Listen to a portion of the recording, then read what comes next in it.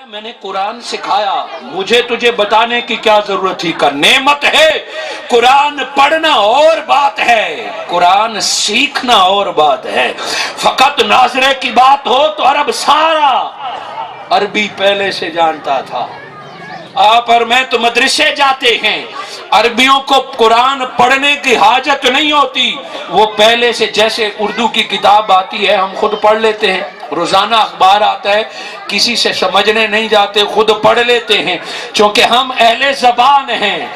عربیوں کو پریشانی نہیں تھی، مگر قرآن ایسی کتاب تھی کہ آیت اترتی پہلے خود غور کرتے، بات سمجھ نہ آتی مشورہ کرتے، بات سمجھ نہ آتی آقا کے پاس جاتے، آقا عربی تو پڑھ لی ہے، عربی سے رب کی مرضی سمجھ نہ آئی، لفظ ہم پڑھ رہے ہیں، رب کی مرضی آپ سمجھا دیجیے۔ پورا قرآن بنا حضور کے سمجھ نہیں آتا۔ یہ قرآن پڑھنا اور ہے، قرآن سیکھنا اور ہے۔ آج ہم سمجھتے ہم بڑا تیر مار لیا کہ عین اور سین کے کلکے ہم نے سیکھ لیے، سین کی سیٹی اور عین کا کلکلا بجا کے میں اپنے آپ کو قرآن پڑھنے والا سمجھنے لگتا ہوں، اور دنیا میرے سامنے جاہل ہے۔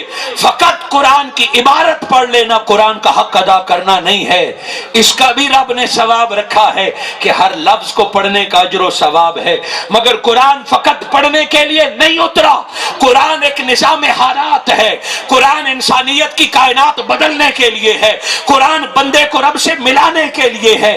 مولا کائنات حضرت علی شیر خدا نے کیا خوب فرمایا ہے۔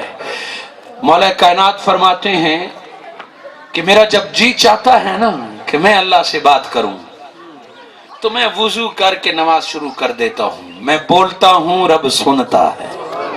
میرا جی چاہتا ہے نا کہ رب مجھے سنے تو میں نماز پڑھتا ہوں، اور میرا جی چاہتا ہے کہ رب بولے اور میں سنوں تو میں قرآن پڑھنا شروع کر دیتا ہوں۔ گویا جب قرآن پڑھ رہا ہوتا ہوں تو خیال یہ ہوتا ہے کہ رب کا کلام ہے اور میں سن رہا ہوں، اور نماز یہ ہے کہ میں بول رہا ہوں رب سن رہا ہے۔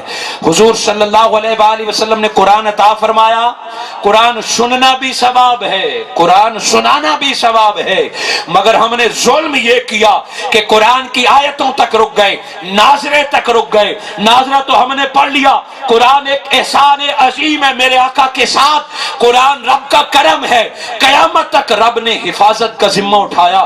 کوئی تو ایسی بات تھی